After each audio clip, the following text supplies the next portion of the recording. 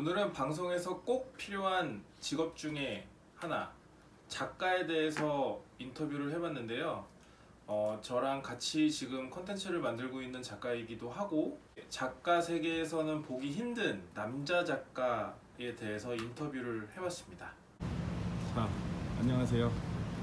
안녕하세요. 네, 오늘은 작가에 대해서 뭐 궁금한 것들이 있어서 이제 작가를 지망하는 친구들한테 지망자들. 지망자들한테 뭐 약간의 정보를 좀 주기 위해서 이렇게 인터뷰를 부탁을 드립니다. 제가 또 특강을 몇 번 했습니다. 우선은 작가가 되려면은 어떻게 해야 되나요? 이게 드라마 작가랑 구성 작가라는 크게 방송 작가 두 개로 나뉘는데요.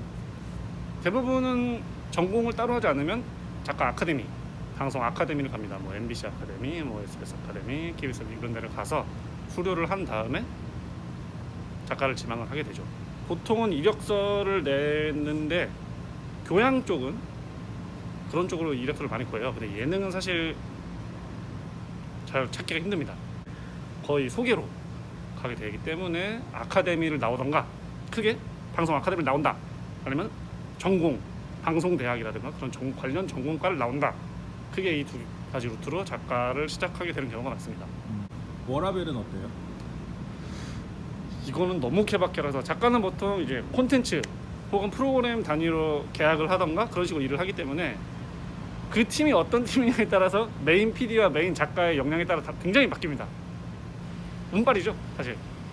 뭐 상견을 뭐 맨날 하는 경우도 있을 거고, 아니면은 뭐 비상근인 경우도 있을 거고, 주 5일 뭐 이런 경우도 있을 거고, 다 달라서 뭐라고 정리해드리기 힘들지만 간단하게는 보통은 교양은 조금 정기적이에요. 일반적으로 약간 상근인 경우가 많고, 뭐 주 5일, 주 6일, 주 4일도 있고, 약간 사이클이 조금 그나마 좀 규칙적으로 돌아가는 반면에 예능은 굉장히 다릅니다. 예능은 정말 들쑥날쑥하기 때문에 뭐라고 에버리지를 내기가 애매한 것 같습니다. 그냥 그러면은 작가님의 기준으로 워크와 그다음에 라이프의 비율을 따진다면 몇 대 몇? 저는 어떻게 보면 굉장히 감사한 거고 건방진 말이기도 한데 굉장히 멋대로 하는 편이라서 조절을 좀 하는 편이기 때문에 저는 워라벨이 굉장히 여유가 높죠. 일이 한 지금은 3 그리고 노는 건 7 그 정도가 되는 것 같아요. 밸런스가. 뭐 바쁠 때는 또 막 몰아칠 때는 거의 한 9일까지 가기도 하는데 엔간하면 그렇게 안 하고 있습니다. 페이는 어때요? 페이 이거는 어떻게 보면 작가는 프리랜서지만 전문직이다 보니까 이거 기본적으로 연차라는 것이 기본적인 게 들어갑니다. TV 쪽은 심지어 연차로 약간 좀 규칙적이 있어요. 예를 들면 뭐 연차에 곱하기 0 해서 주급으로 그렇게 계산을 해서 회당 페이를 보통 받죠. 물론 방송이 주고만 받지 못합니다. 이거 중요한 문제예요. 방송이 안 나간다? 돈 못 받아요. 조금 뭐 정말 복지가 뛰어난 그런 데를 간다면 뭐 다를 수 있겠지만 보통은 못 받는 경우고, 페이는 솔직히 말하면 제가 할 때보다도 너무 조건이 좋아졌어요. 초봉을 막내가 아무런 경력이 없어도 180부터 가는 데가 많고, 저는 240까지 받습니다. 아무 경력이 없는 분이었죠. 굉장히 드문 경우이기 때문에 이런 환상에 속지 마시고, 솔직히 말하면 저는 괜찮습니다. 저는 뭐 운이 좋아서 그런지 모르겠는데 여유롭습니다. 그러면은 작가님이 어쨌든 프리랜서, 그러니까 어쨌든 작가들이 프리랜서가 되게 많잖아요. 그렇습니다. 작가님도 프리랜서 작가님이시고 최대 많이 벌어봤던 게 월 얼마?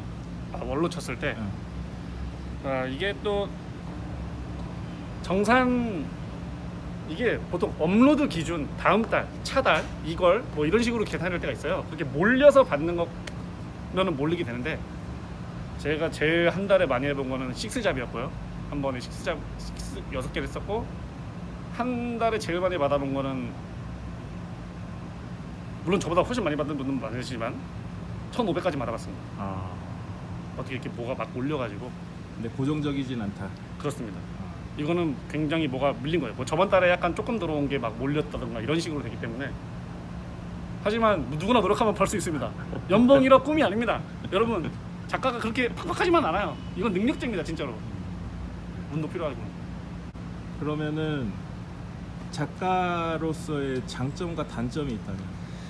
장점, 장단점은 뭐 어디 가나 똑같겠지만 솔직히 같이 일하는 팀원, 그룹원들에 따라서 바뀌잖아요, 많이 행복도가. 저는 굉장히 다행히 좋으신 분들을 많이 만났고 지금 앞에서 찍고 계시는 분도 포함해서 굉장히 좋은 영향 분위기를 많이 했기 때문에 일단은 조금 기본적인, 저 같은 경우는 유튜브 같은 경우는 비상근이 또 많아요. TV 프로는 별로 그런 게 많지 않지만 그래서 약간 워라밸적이라든가 그런 거를 했을 때 조금 조율이 가능하다. 어느 정도 약간 자기 마음대로 워라밸을 조율이 가능하다. 요건 장점일 수 있을 것 같아요. 막말로 계약서 안 쓰는 뭐 일하는 데도 굉장히 많기 때문에 하다가 이거 재밌을 것 같은데 해서 해봤다가 속단 말로 좆같다, 더럽다, 나가도 돼요. 욕 먹으면 땡깁니다. 다만 그 다음부터 일 구하기가 힘들어지겠죠. 그쪽이라면 이런 단점은 있겠지만 어쨌든 그런 면에서 좀 자유롭다. 뭔가 매여 있지 않다. 그런 게 있겠고, 그리고 일단 이쪽을 워낙 좋아하는 사람들이라면은 뭔가 만들어내고 어쨌든 크리에이티브한 이런 걸 좋아하는 사람 입장에서는 저는 솔직히 되게 재밌는 것 같아요. 저는 굉장히 만족하면서 이 일을 하고 싶은 일을 하고 있기 때문에 괜찮은데, 단점은 가장 중요한 거죠. 점점 실제로 많은 작가들이 느끼는 불안정성, 이게 가장 큽니다. 어쨌든 간에 꾸준히 월급으로 뭔가 이렇게 따박따박 들어오는 게 아니라 그런 계획을 짜서 뭘 할 수 있는데 그런 게 아니라 애매할 수 있는, 자기가 꾸준히 일을 하면은 물론 어느 정도 이렇게 보장이 되면서 하겠지만 보통 작가들 경우는 프로그램 하나가 끝났다 할 경우에 레귤러 프로그램, 여기서 말하는 레귤러 프로그램은 되게 몇 년 단위로 오래 하는 정기적인 프로그램을 말해요. 뭐 지금으로 따지면 런닝맨이라든가 이런 그런 것들이 있을 텐데, 그런 게 아닌 이상은 한 사이클이 끝났을 때 보통 한 달 몇 주 정도를 여행을 간다던가 이런 식으로 리프레시 하시는 작가들이 굉장히 많아요. 작가분들이 많기 때문에 그 다음에 일을 다시 구할 때 그게 확정적으로 보장되지 않았다, 이런 불안정성이 제일 큰 단점이라고 생각합니다. 많은 분들이 또 그런 걸로 가장 고민을 많이 하고, 이건 어떻게 보면 젠더적인 말일 수도 있는데 오해하지 마시고 들어주시기 바랍니다. 보통 여성분일수록 나이가 이렇게 들수록 약간 안정적인 걸 점점 찾는 경향이 좀 많아요. 주변에도, 제 주변에도.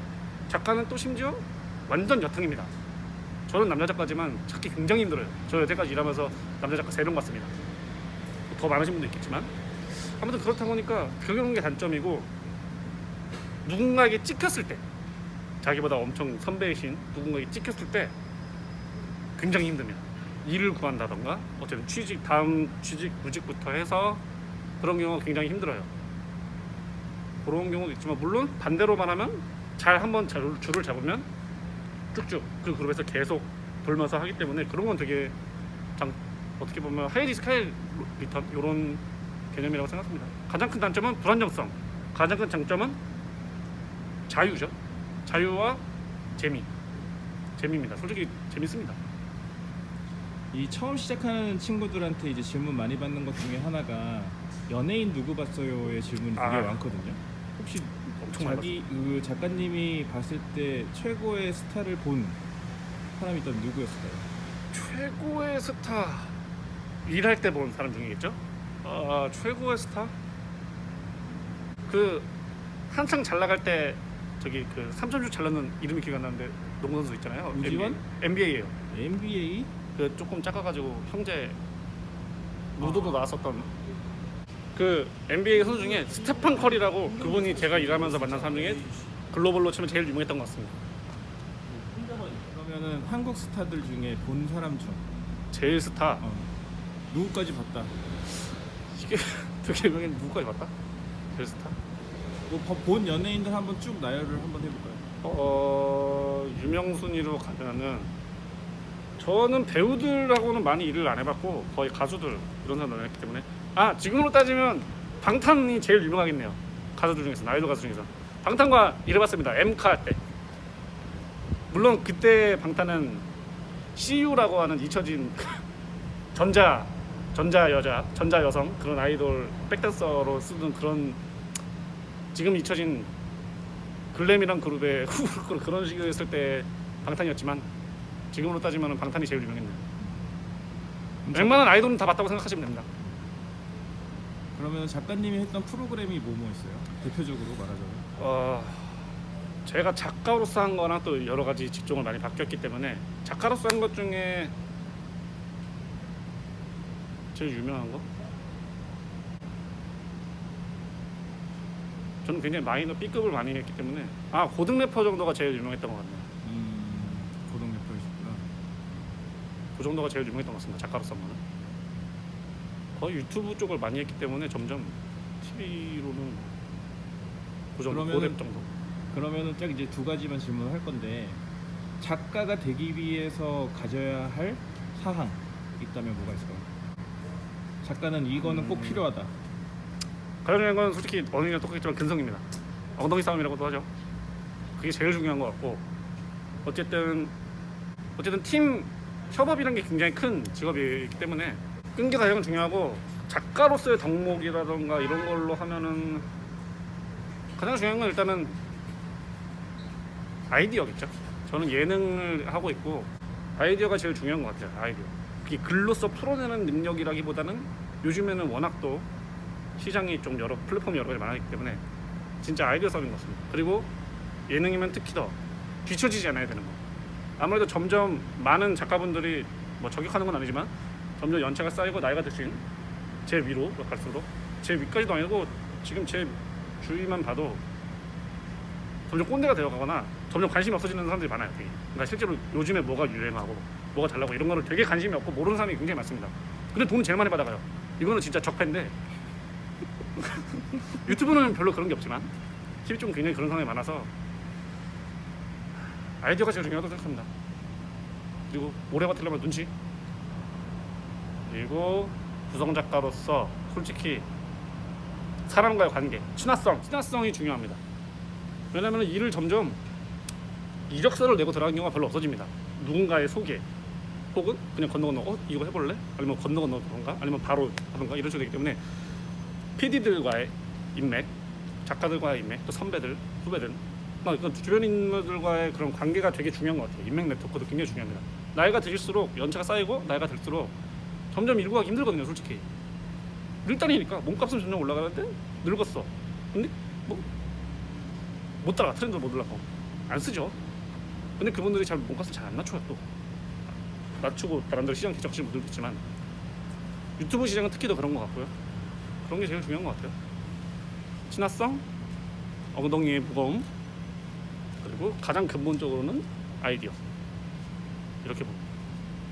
제가 뭐 이런 말을 그런 짬은 아닌 것 같긴 하지만 제가 생각하기엔 그렇습니다. 작가님 몇 년 차죠? 저는 연차로 따지면은 이제 6년 차밖에 안 됐죠. 어떻게 보면은 서브 중간인 것 같아요. TV로 따지면. 하지만은 제가 되게 이상하게 일을 뭔가 일반적인 루트가 아니라 정도가 있다면 저는 사도로 이렇게 왔다 갔다 해서 되게 운이 좋은 거라고 해야 되나? 아무튼 뭐가 이거저거 그렇습니다. 굉장히 특이한 경우라서 저도 저처럼 하려면은 굉장한 운도 따라줘야 되고 특수성이 있다라고 말을 하죠. 제 후배들이 뭐 물어볼 때는. 그러면 작가가 되려면 작가님한테 연락을 하면은 작가가 될 수 있나요? 그것도 하나의 방법이겠죠. 말 그대로 보통 약간 전공을 나왔던가 그러면 종합했을 때 뭐야 써요. 이래서 받아서 이렇게 후배 좋은 애가 있는데 후배를 하든가 이런 식으로 저도 그런 식으로 후배들을 쓰거나 부르던가 이렇게 소개를 해준 적도 많았고 저도 뭐 소개를 받아서 한 것도 있기 때문에 제일 쉬운 방법 중에 하나죠. 다만 이거는 뭐 사람의 받아들이는 거에 따라 다르겠지만 누군가의 소개로 갔다 하면은 솔직히 약간 부담이 될 수도 있어요. 더 열심히 해야 된다거나 그런 면에 있어서는 어떻게 장단점이 있겠죠. 근데 뭐 맨땅에 부딪히는 것보다는 대부분은 뭐 그렇게 가니까요. 저한테 연락하세요. 제가 쓰겠습니다. 단 저는 굉장히 사람을 가립니다. 일적으로는 철저하게 씁니다. 못하면 안 써요. 돈도 조금 줍니다. 잘하면 돈 제 거 잘라서 줍니다. 그렇습니다. 마지막으로 작가를 희망하는 친구들에게 한마디.